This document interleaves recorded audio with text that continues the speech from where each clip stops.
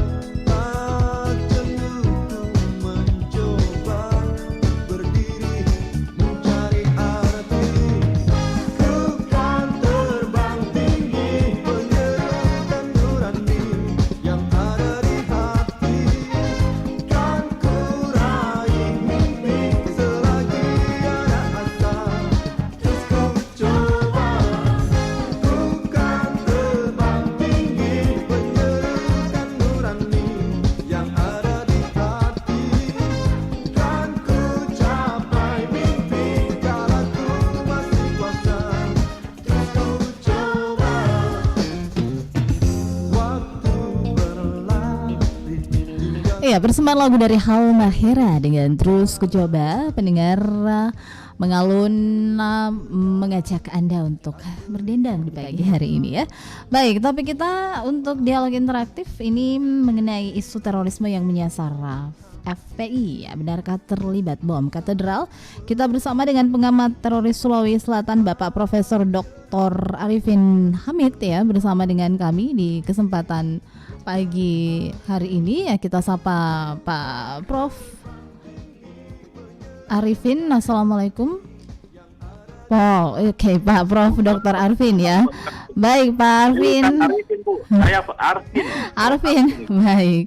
Ya baik. Baik Pak Arifin, Assalamualaikum warahmatullahi wabarakatuh. Selamat pagi, apa kabar? Alhamdulillah, baik Bu. Baik ya. Waalaikumsalam warahmatullahi wabarakatuh. Ya sehat ya Pak ya hari ini Pak ya. Alhamdulillah. Baik, ini yang menjadi menghangat saat ini di Makassar di Sulawesi Selatan, penggeledahan di markas ex FPI dan 3 petinggi, mantan petinggi FPI ini juga ditangkap oleh Densus 88. Ini terkait dengan isu terorisme di FPI, dan benarkah sebenarnya mereka ini terlibat bom katedral dan juga keterkaitannya dengan pembayatan yang dilakukan oleh Munarman termasuk salah satunya di Makassar, Pak Arifin. Pak Arifin, silakan. Iya. Pertama-tama saya ucapkan Assalamualaikum warahmatullahi wabarakatuh kepada teman-teman di RRI dan semua pemirsa RRI di seluruh Nusantara. Jadi saya mengucapkan selamat beribadah puasa bagi yang muslim, puasa yang ke-25 hari ini. Baik. Insya Allah minggu depan kita sudah berlebaran. Berlebaran ya, makan buras, makan opor ayam. Makan buras dan baju baru itu. Ya. Pakai baju baru, baik. Tapi nggak mudik Pak, nggak mudik ya. Iya, nggak mudik lah. Ya, tahan-tahan diri lah. Demi untuk kita kok, bukan untuk pemerintah, bukan untuk siapa-siapa, untuk kita sendiri. Baik, ya Pak Arifin, silakan. Baik. Jadi sesuai pertanyaan Ibu tadi, apakah betul FPI terlibat? Saya kira saya selaku pengamat teroris yang pernah menjadi pengurus penanggulangan terorisme Sulawesi Selatan selama 7 tahun, membaca informasi di medsos, karena saya tidak punya data langsung, data sekunder, data primer ya, saya hanya memiliki data sekunder, yaitu informasi dari medsos, rilis dari pihak kepolisian dan BNPT. Ya, memang kita harus berhati-hati. Apalagi kami yang bagi pengamat, kami tidak punya data langsung. Jadi saya menyatakan bahwa cara kerja terorisme selama ini memang tidak bisa kita menentukan satu alat bukti saja, satu pendekatan. Karena terorisme itu adalah gerakan bawah tanah, gerakan yang tidak mau diketahui, tetapi mereka menginginkan dampak yang besar, yaitu dampak teror, dampak yang menakutkan, dampak yang meresahkan, bahkan dampak yang mematikan. Cara kerja mereka itu ya susah diukur karena kita tidak bertemu langsung. Nanti ada kejadian, tertangkap, ya dari kejadian itu ada bukti-bukti, ada bukti letusan, ada bukti ledakan, ada orang yang tertangkap, baru kita baca, oh ini orangnya. Nah, dan itu pun tidak berlaku bagi semua orang. Itu hanya berlaku bagi aparat, khususnya Densus. Yang lain pengamat tidak punya bukti. Nah, jadi kalau kita langsung menuduh, artinya langsung menyebut ini dan itu, bagi pengamat saya pikir saya tidak berani. Ya, untuk itu saya katakan cara kerja teroris itu, ya mungkin secara umum kita bisa ketahui gerakannya bawah tanah tidak diketahui. Yang kedua nanti diketahui kalau ada ledakan, ada peristiwa, ada bukti di situ, ada yang tertangkap, nah baru kita dapatkan informasi. Baik. Iya, tapi ini rupanya yang didapatkan ini baik dari pelaku teroris yang tertangkap di Makassar kan sudah 60-an, 50-an lebih. 56. Di situ ya 56. Di situ ada yang menyebut simpatisan FPI. Ya, kalaupun mereka mengaku, saya pikir ya urusannya penyidik, urusannya Densus. ya silakan aja dipublis, ada yang mengaku di situ. Persoalan benar tidaknya nanti ya masih berproses kan. Baik. Nah, kemudian persoalan Munarwan yang dikait-kaitkan dengan teroris juga. Ya, kami sebagai pengamat tak bisa menyatakan itu betul atau itu tidak benar, tapi kan kita nanti beranjak melihat bukti-bukti, evidence yang ditemukan oleh para penyidik, oleh aparat. Jadi kita tidak bisa mengandai-andai. Apalagi FPI waktu itu kan SK sudah dibubarkan kan. Yang ada hanya oknum FPI. Ya ada FPI baru, tapi kan ya kita tidak serta-merta bisa melakukan itu. Baik. Kalau kita percaya sajalah aparat, karena mereka yang memiliki data, silakan kritisi sepanjang itu logis, ada relevansinya, monggo kan ini dengan negara demokrasi. Kita juga harus menerapkan asas praduga tak bersalah gitu. Ya sambil menunggu penyidikan yang sempurna. Kecuali kalau kita punya data langsung ya silahkan. Ya begitu Mbak. Saya kira kita tidak serta-merta. Kalau saya masih menunggu hasil penyidikan, hasil penyelidikan aparat. Mudah-mudahan kita berdoa semua profesional dan kita berharap juga supaya cepat agar masyarakat tidak sembarang mengait-ngaitkan gitu. Baik. Iya. Ya, nah ini memang menarik untuk kita bahas ya. Nah, FPI lagi-lagi diserang dan terkait dengan isu teroris seperti ini, Pak. Nah, sebenarnya seperti apa Anda melihat pergerakan memang terorisme yang ada di Sulawesi Selatan, perbedaan aksi-aksi terorisme yang pernah terjadi di tahun 2003 yang lalu dengan aksi terorisme yang terjadi sekarang ini, Pak Arvin? Oke, bagus sekali pertanyaan Ibu. Saya kira ini sangat aktual untuk kita diskusikan. Karena saya juga merasa melihat selaku pengamat teroris sudah melihat ada tren baru pergerakan terorisme itu. Yang pertama, gerakan baru itu rupanya karena pusatnya teroris di ISIS, Al-Qaeda ke ISIS, kemudian jaringannya di dunia sudah mengalami kewalahan dalam memanage, dalam melakukan memberikan komando kepada seluruh jaringannya. Bahkan nyaris terputus gitu. Jadi komando aksi terorisme itu sudah mungkin agak tipis. Beralih ke gerakan masing-masing. Ya, dulu kan Abu Bakar Baghdadi kira 3-4 tahun yang lalu mengomandokan kepada seluruh jihadis dunia. Lakukanlah amaliyah itu artinya bom bunuh diri, lawan musuh-musuhmu di negerimu masing-masing, jangan jauh-jauh.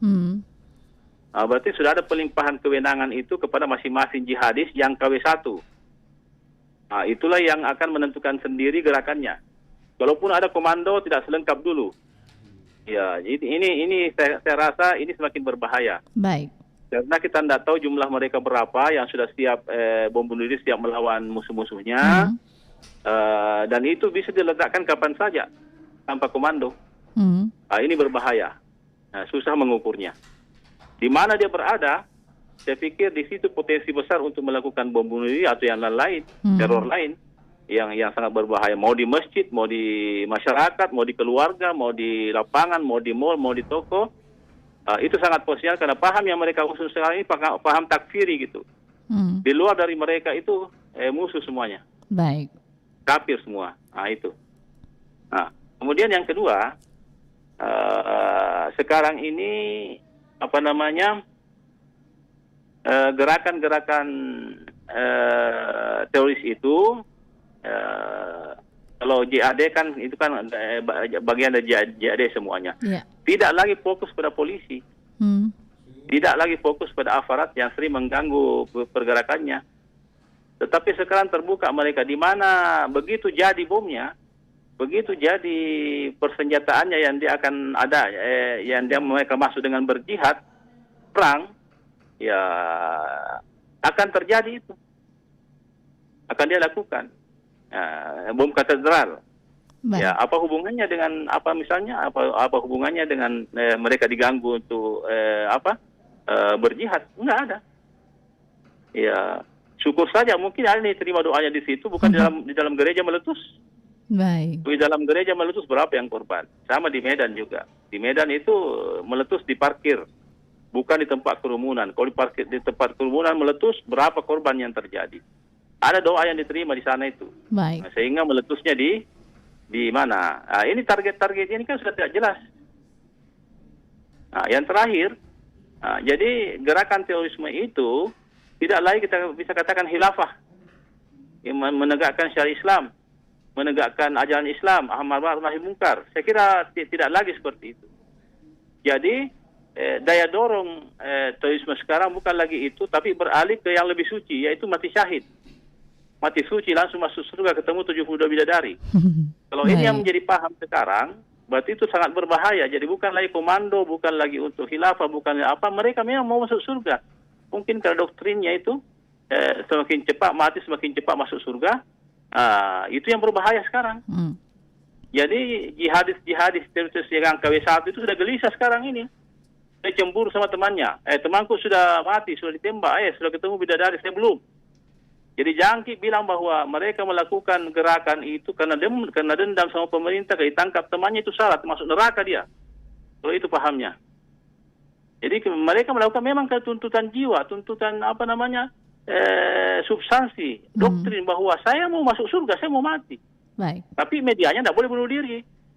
Tetap harus perang. Perangnya itu ya bom, paling tidak minimal bom. Paling tidak mereka masuk di sarang lawannya seperti Jakarta itu yang bawa airsoft gun itu. Masuk di sana menembak, ya itu dianggap perang itu. Dan kalau itu mati, dia tunggu 70 bidadari itu, laki-laki yang tunggu, bidadari laki-laki yang tunggu dia di sana. Menurut paham mereka. Nah, kalau ini yang terjadi, ya sekarang mari kita waspada baik-baik. Mungkin saja yang keluarga kita, dia mau ajak kita masuk surga semua, dia bunuh kita dalam rumahnya, di keluarganya, karena pahamnya itu sangat berbahaya. Baik. Jadi bukan lagi khilafah, bukan lagi apa, tapi memang pahamnya ini adalah mati suci. Baik. Nah, terkait dengan paham-paham seperti itu, apakah memang sebenarnya ini adalah paham-paham dari ISIS yang sudah masuk dalam jihadis-jihadis yang ada saat ini menurut pandangan Anda, Pak? Dan ini salah satu yang menjadi isu yang menarik bahwa FPI ini adalah bagian dari ISIS, Pak Munarman. Pak Arvin ya, Pak Arvin. Iya. Kalau saya sangat mungkin itu. Karena dulu mereka enak komando, masih bagus komando, belum terlalu kencang lawannya. Baik. Ya, sekarang semua negara kan membatasi dia, bahkan mengejar semua itu anggota teroris. Sehingga perintah itu tidak bisa lagi efektif sekarang. Apa yang diefektifkan adalah doktrinnya. Baik. Yaitu ajarannya. Jadi ini doktrin terorisme sekarang saya tidak setuju kalau para guru mengaji dicurigai, para ustaz dicurigai, ya diminta untuk berdakwah. Boleh juga sih menghubungkan NKRI dan sebagainya, kedamaian. Tapi saya kira kurang pas. Sekarang ini terorisme itu yang ada sekarang itu kayak seperti paham agama gitu. Bukan lagi kayak teori-teori, bukan. Memang paham atau agama. Dari mana? Mungkin ada basisnya dari Islam, mungkin ada basisnya dari apa. Tetapi begitu dia menjadi paham, maka dia bukan lagi agama tertentu, paham tersendiri. Jadi dia sudah tidak bisa dikaitkan dengan agama ya, Pak ya? Ini paham ya? Sudah tidak bisa dikaitkan. Mesti ada basisnya di agama dulu, tapi begitu dia menjadi paham masuk di situ, susah karena seperti corona. Di suatu kampung yang tidak ada corona, tidak ada orang yang bawa, tidak akan ada corona di situ. Ya, sama dengan ini, teroris ini. Kalau di suatu kampung, negara atau kota tidak ada teroris, tidak akan ada teroris, Bu. Ya, nanti kalau ada yang bawa, ada paham satu, ada tokohnya satu masuk di situ, mereka mendoktrin, mereka melakukan baiat dan sebagainya, baru muncul terorisme. Jadi paham memang, Bu. Jadi caranya ya bagaimana memblokade, melockdown, membatasi gerak terorisme itu. Nah, ini yang berat kan ideologi. Baik. Mungkin saja kita bisa makan sama-sama, tidur sama-sama di rumah, sholat sama-sama, tapi kita tidak tahu bahwa ini teroris.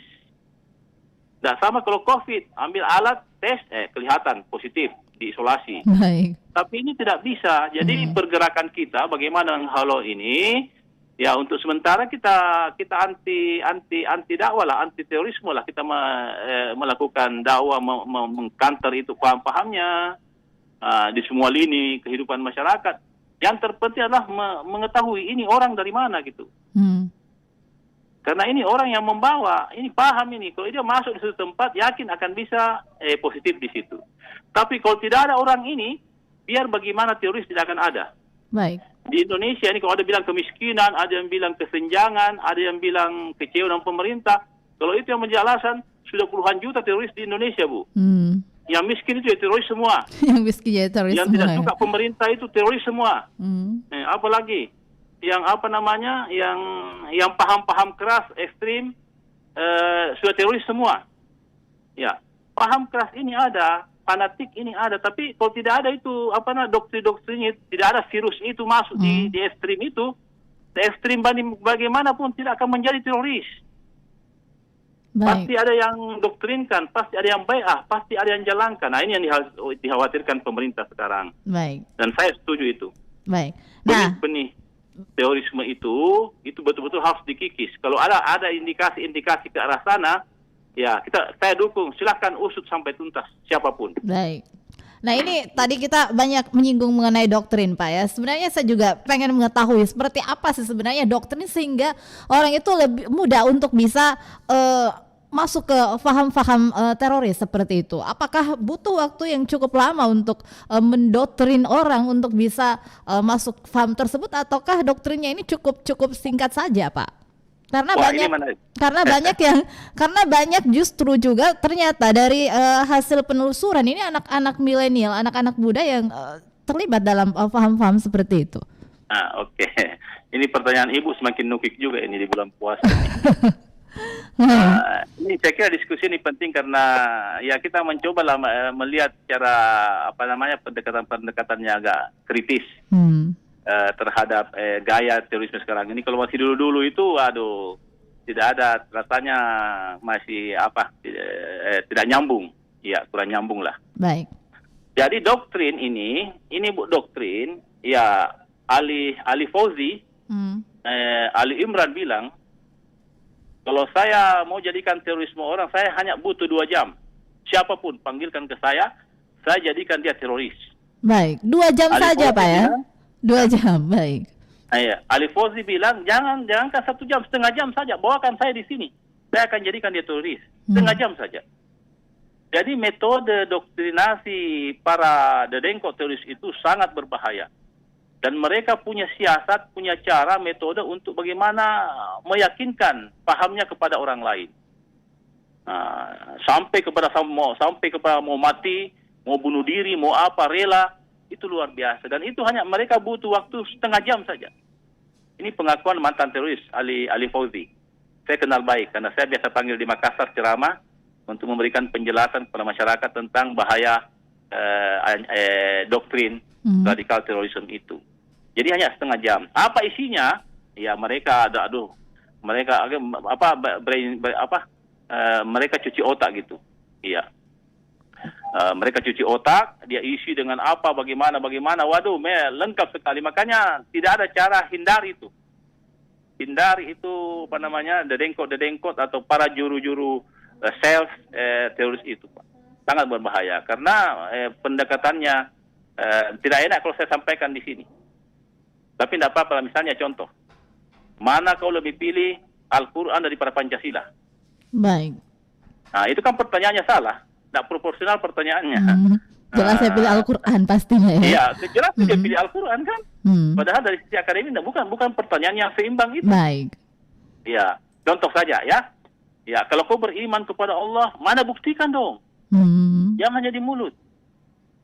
Ya, jangan hanya harta, dirimu juga. Waduh, dengan itu banyak sekali caranya, Bu. Jadi doktrin ketika itu masuk doktrinnya teroris itu ya intinya adalah bagaimana menegakkan ajaran Tuhan sesuai pahamnya, kalimat Allah.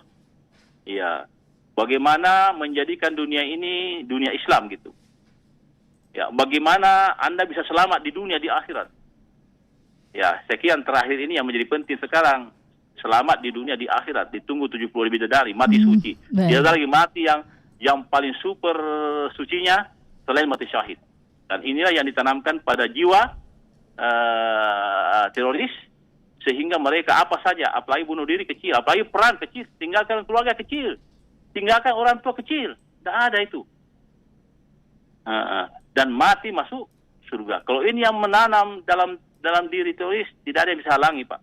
Baik. Tanpa komando. Tanpa komando. Gelisah mereka kalau mereka belum mati. Begitu bangun, kapan saya jihad, kapan saya perang, mati masuk surga. Jadi mereka sudah kepanasan sekarang ini untuk berjihad. Baik. Dan itu harus dipahami. Ya. Sekarang bagaimana itu semua? Doktrin-doktrin ini kami dari SKPT selama 7 tahun sampai hari ini telah melakukan dakwah-dakwah anti terhadap paham-paham itu, anti takfiri, anti apa, misalnya kita jawab, di mana dasarnya itu orang mau masuk surga dengan membunuh? Ya, ajaran apapun tidak ada yang membenarkan. Kalau dicontohkan Muhammad berapa puluh kali jadi pimpinan perang. Orang yang dilakukan Muhammad terbuka, ada jamnya, ada tanggalnya, kapan. Ketemu di situ perang, 1 lawan 1 dulu, kemudian perang. Malam ada etikanya, siang tidak boleh bunuh anak-anak, tidak boleh bunuh petugas kesehatan. Ya, sekarang tiba-tiba dia bikin bom bunuh pergi perang katanya, yang dibunuh orang pergi ibadah. Yang dibunuh orang sementara berkumpul-kumpul. Di mana letak logikanya itu? Iya. Baik. Tapi cara seperti ini sudah dilakukan oleh para ulama kita, semua elemen lah, pemerintah juga selalu dengan elemennya, pimpinan pesantren, Departemen Agama, Dikbud juga sudah melakukan upaya-upaya anti paham radikal ini. Baik. Dengan memberikan paham yang benar, yang lurus. Iya, baik, kita break dulu sejenak, Pak. Jangan dimatiin handphonenya. Kita akan dengarkan dulu sebuah persembahan lagu, dan juga buat Anda pendengar silakan untuk bergabung nanti di 3621853. Ya, baik.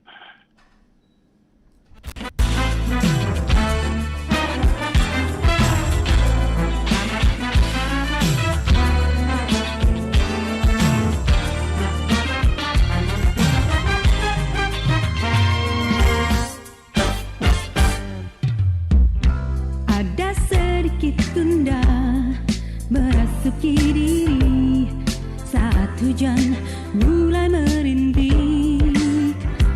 Ada satu inginku untuk jumpa denganmu, oleh hatiku dilanda rindu. Ada sedikit ragu bersihkan diriku kala senja beranjak jua. Namun serpihan rindu tiada kan menghalangi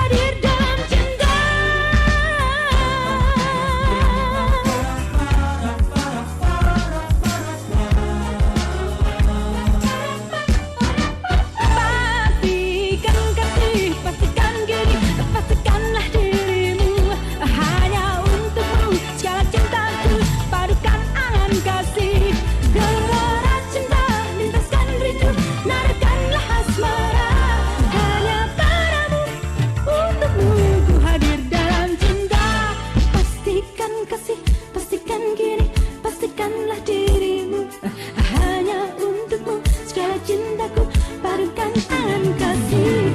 Gelora cinta lintaskan rindu, katakanlah asmara hanya padamu, oh kasihku. Satu cinta dalam diri untuk meraih cintamu, hadirkanlah satu rasa, bersihkan cinta hanya untukmu kasih.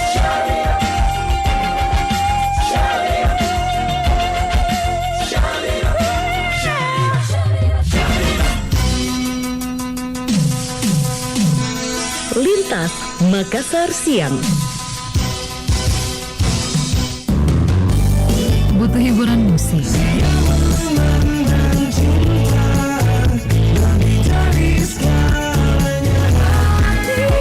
Ini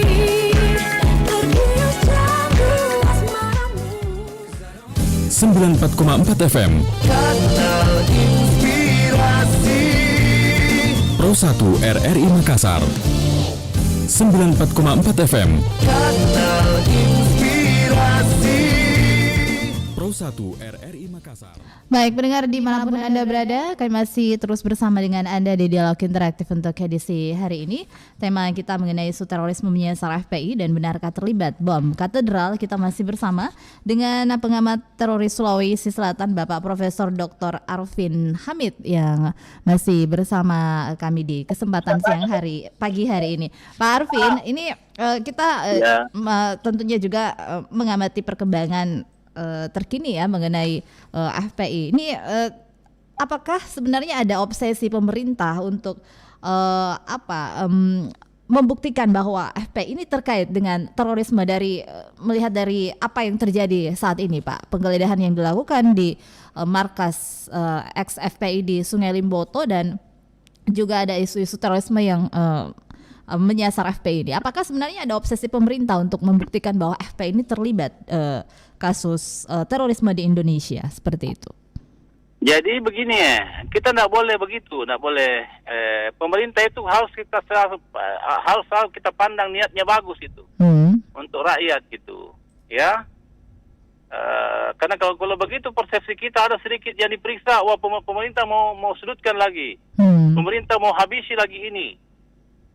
Saya kira itu persepsi yang saya kira perlu kita cermati, perlu kita timbang. Kalau saya melihat, karena negara ini sistem kan, negara sudah menunjuk organ-organ yang akan menangani sesuatu dengan baik, dengan profesional. Untuk terorisme ada BAN-PT, ada BNPT, ada Densus 88 untuk penindakannya di lapangan. Ya, kita percayalah itu, kita songsonglah itu, kita support itu. Yang kita minta sekarang agar ya Densus dan aparat hukum lain yang menangani ini ya profesional lah. Baik. Kita support, kita dukung. Kita tunggu hasilnya. Kalaupun hari ini menjurus ke FPI, penyidikannya, kita tunggu saja yang lain. Siapa tahu ada yang lain lagi yang ditemukan. Baik. Ini masih berkembang ya, Pak. Tapi tidak berarti bahwa kita menyudutkan FPI, SSI dan sebagainya. Kita tetap proporsional melihatnya, karena ada indikasi gitu. Siapa tahu berikutnya lagi penyidikan menunjukkan indikasi ada kelompok ini ya. Kita sasar lagi ke sana. Baik, Pak Arfin, kita terima pendengar yang ingin menelpon. Selamat pagi. Assalamualaikum warahmatullahi wabarakatuh. Waalaikumsalam. Selamat pagi, Assalamualaikum warahmatullahi wabarakatuh, Pak Arfin. Ya, maaf, dari siapa Pak? Dari Bapak Yoris, Flores. Pak Yoris, Flores, ya, baik, Flores, ya. Di Flores Pak. Ini jauh di Flores, kita lagi didengerin di Flores Pak, silahkan. Iya. Ngomong teroris ini secara khusus di Indonesia, sebenarnya ada 3 kekuatan yang bisa, ada 3 kekuatan yang hidup. 1 teroris, 2 Pancasila, yang ketiga para pembesar agama. Nah sekarang, cara untuk mengikis teroris yang ada, yang masuk ke Indonesia ini, apa kerjanya orang-orang Pancasila dan pembesar agama? Saya pikir itu perlu diperhatikan, termasuk partai yang masuk di dalamnya. Kami tahu, kami dengar sejak tadi bahwa Pak Arfin juga termasuk penyelamat Pancasila. Itulah orang atau orang jasmani. Jadi Iya, saya iya. pikir harus semua kita, negara, agama, para pemuka yang berpikir untuk menyelamatkan negara ini dengan kekuatannya di Pancasila. Kita bersama. Kenapa teroris tidak dapat dikikiskan? Secara khusus Indonesia mau bebas dari teroris. Nah, tapi masalah satu yang saya kutip tadi menurut Pak Arvin, bahwa bisa-bisa juga orang miskin, orang bodoh itu adalah teroris. Iya, Tetapi itu tidak boleh masuk. Itu tidak boleh masuk ke dalam masyarakat atau rakyat yang hidup di dalam NKRI ini. Iya, iya. Mari kita jaga Pancasila. Mari kita terima ajaran agama itu tuh demi keselamatan baik di dunia sampai ke akhirat. Saya Iya, pikir baik, hanya baik. begitu dulu. Terima kasih Pak Arvin dan penyiar. Hanya itu kami minta tolong hidupkan itu untuk mematikan terorisme di Indonesia. Iya. Terima kasih. Iya. Assalamualaikum warahmatullahi wabarakatuh. Waalaikumsalam Waalaikumsalam warahmatullahi wabarakatuh. Iya, jauh di Flores, Pak Yoris, silakan. Ini pertanyaan yang cukup menarik juga, silakan untuk dijawab, Pak. Iya, Pak Yoris ya. Selamat pagi Pak Yoris. Ya, Pak Yoris Di sudah Ternate. Salam. di salam, Flores, salam Pak. sehat. Di Flores. Di Flores. Salam sehat. Ya, dalam sukses terus di negara NKRI yang kita cintai ini. Saya setuju Pak, saya setuju sekali itu bahwa komponen yang Bapak sebutkan itu inilah yang bekerja keras saat ini Pak. Ya, kami dari Islam, kami para ulama bersama teman-teman di FKUB, saya sering sekali bersama-sama karena saya pernah menjadi pengurus FKUB periode yang lalu. Ya, saya capek memberi ceramah di antara para pemeluk agama. Saya diundang di Hindu, saya diundang di Buddha, di Konghucu, di Kristen. Saya memberikan diskusi. Masya Allah, konsep kita sama. Tidak boleh ada yang namanya terorisme yang selalu membuat teror, yang tidak berdasar, menakut-nakuti, tidak ada dasarnya. Karena itu kita harus jauhkan dari bumi kita, bumi Indonesia yang kita cintai ini. Pak Yoris, tapi lagi-lagi itu paham, itu paham yang ekstrim, paham yang eksklusif. Ya, kita tidak bisa mengukur kapan dia ada dan siapa yang bawa. Nah, selama ini kita tahu ada begitu karena ada yang tertangkap. Ya, bom Bali 1 ditangkap, bom Bali 2 ditangkap, di situ terbaca jaringannya, terbaca orang-orangnya, alhamdulillah. Dan itu Densus pelihara, negara pelihara itu sampai hari ini, sehingga jaringannya itu juga betul-betul akurat. Ya, dari sekian puluh yang ditangkap kan, ya yang salah tangkap kan, ya enggak tahu. Ya maklum lah ya namanya proses kan, ya. Tapi semua diselesaikan dengan baik. Baik. Nah, yang kedua, tadi siapa itu pembesar Pancasila, pembesar siapa itu agama. Ya, saya kira semua sudah berproses Pak sekarang, bekerja bersama. Dan insya Allah, ya kalau kita kerja bareng ini, semua elemen masyarakat turun. Ya, bukan hanya pemerintah, bukan hanya Densus, tapi kalau kita mengawasi lingkungan kita, mengawasi kota kita, mengawasi masyarakat kita, jamaah kita, keluarga kita, insya Allah itu sinergi yang sangat kuat untuk menghalau paham-paham yang sangat berbahaya itu, yang tidak benar bahayanya. Bahkan virus corona yang bisa menyerang orang tidak pandang bulu. Ya. Baik. Yang terakhir tadi apa Bu pertanyaannya? Iya.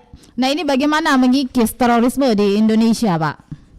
Wah, ini mengikis terus di Indonesia ini ya, ini Pak Yoris. Pak Yoris sudah sadar betul ini bahayanya ini. Terima kasih Pak Yoris. Jadi untuk mengikis ini, karena ini gerakan-gerakan transnasional, multinasional, bukan hanya di Indonesia, maka negara harus dominan dalam hal ini. Negara harus hadir melindungi rakyatnya. Negara harus hadir menyelamatkan rakyatnya. Nah, tugas negara apa? Melalui Densus, melalui BNPT, melalui Departemen Agama, melalui Depdikbud, tugas masyarakat, melalui tokoh-tokoh agama. mulai melalui majelis ulama kalau Islam, majelis gereja dan seterusnya, ayo turun tangan semuanya, dan ini sudah berjalan, Pak. Ya, cuman karena itu gaya teroris itu susah ditebak, yang mana ini? Baik. Siapa tahu sudah sama-sama tidur kita, Pak. Siapa tahu sudah ada di kantor, sudah ada di tempat kerja, sudah ada di lapangan, sudah ada di pasar, kita tidak tahu. Kita berdoa saja, jangan mereka berbuat.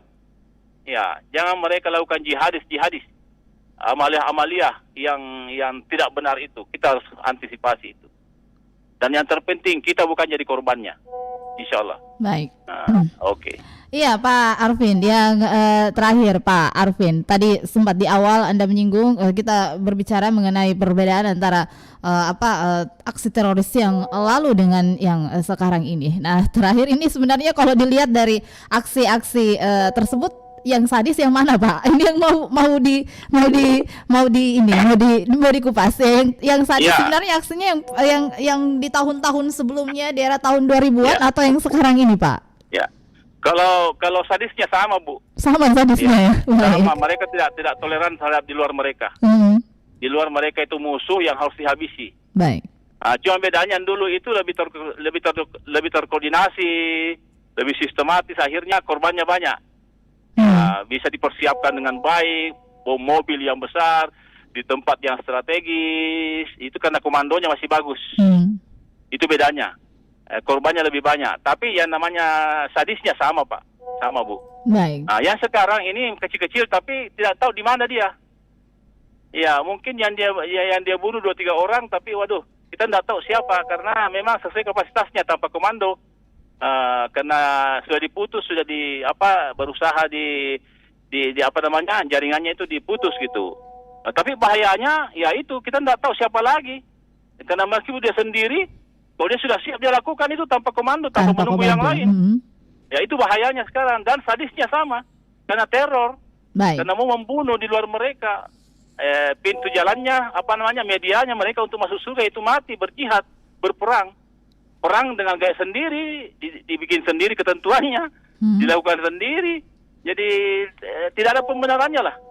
Lebih baik kita hadapi, kita jaga keluarga kita, jaga lingkungan kita. Itu yang paling penting. Baik. Ya, iya, terakhir Pak, mungkin ada hal yang ingin disampaikan di closing statement Anda di pagi hari ini, silakan Pak Arvin. Iya, saya kira karena ini paham Bapak Ibu sekalian, paham itu saya sampai hari ini menyatakan kayak virus. Kalau tidak ada paham itu masuk pada suatu wilayah, pada seseorang, insya Allah tidak akan ada teroris. Tapi kalau ada paham itu, ada yang membawa satu orang pun, itu sangat berbahaya. Karena itu kita betul-betul melockdown bagaimana menjaga ini. Karena ini bahaya. Kita rembuklah bagaimana caranya menjaga lingkungan kita. Ya, baik. Baik, Pak Arvin. Ya, jangan sembarang dituduh orang. Ini Ustaz jangan ceramah begini, jangan ceramah begini. Ya, guru mengaji jangan dibilang ini. Padahal itu kan belum tentu, sangat belum tentu, karena biar guru mengajinya fanatik tidak akan jadi teroris itu. Kecuali ada yang bawa gitu. Ada yang doktrin. Inilah yang ini doktrin medianya ini yang harus dijaga, doktrinnya ini, baiatnya ini. Baik. Karena semua teroris pernah dibaiat. hindari baiatnya itu. Kalau itu Hindari baiat hindari doktrin ya. Siap bunuh diri. Baik. Saya kira itu pesan saya. Baik. Ya, baik. Baik, terima kasih Pak Prof. Dr. Ervin Hamid ya, pengamat teroris Sulawesi Selatan sudah bersama dengan kami di kesempatan pagi hari ini. Ya, sukses selalu untuk Bapak dan amin. Semoga selalu dalam lindungan Allah Subhanahu wa taala, sehat selalu Pak. Amin. Baik, terima kasih, dan pendengar dimanapun Anda berada, terima kasih juga sudah bersama dengan kami di kesempatan pagi hari ini. Kita berbicara mengenai terorisme di Sulawesi Selatan ya, isu terorisme yang menyasar FPI dan keterlibatan dengan bom katedral dikembangkan dengan tentunya terorisme yang terjadi di Sulawesi Selatan saat ini. Dan pendengar, yang pasti kita harus waspada ya apa yang ada di sekitar lingkungan kita ya, dan jangan lengah ya terhadap paham-paham yang bisa saja merasuki siapa saja ya, dan ini harus kita waspadai, jangan sampai ada di antara kita yang sudah masuk dalam faham-faham yang tidak benar sehingga terjadi aksi-aksi teror di sekitar kita. Baik, pendengar, saya Dani pamit undur diri. Wassalamualaikum warahmatullahi wabarakatuh. 94,4 FM Kanal Inspirasi Pro 1 RRI Makassar.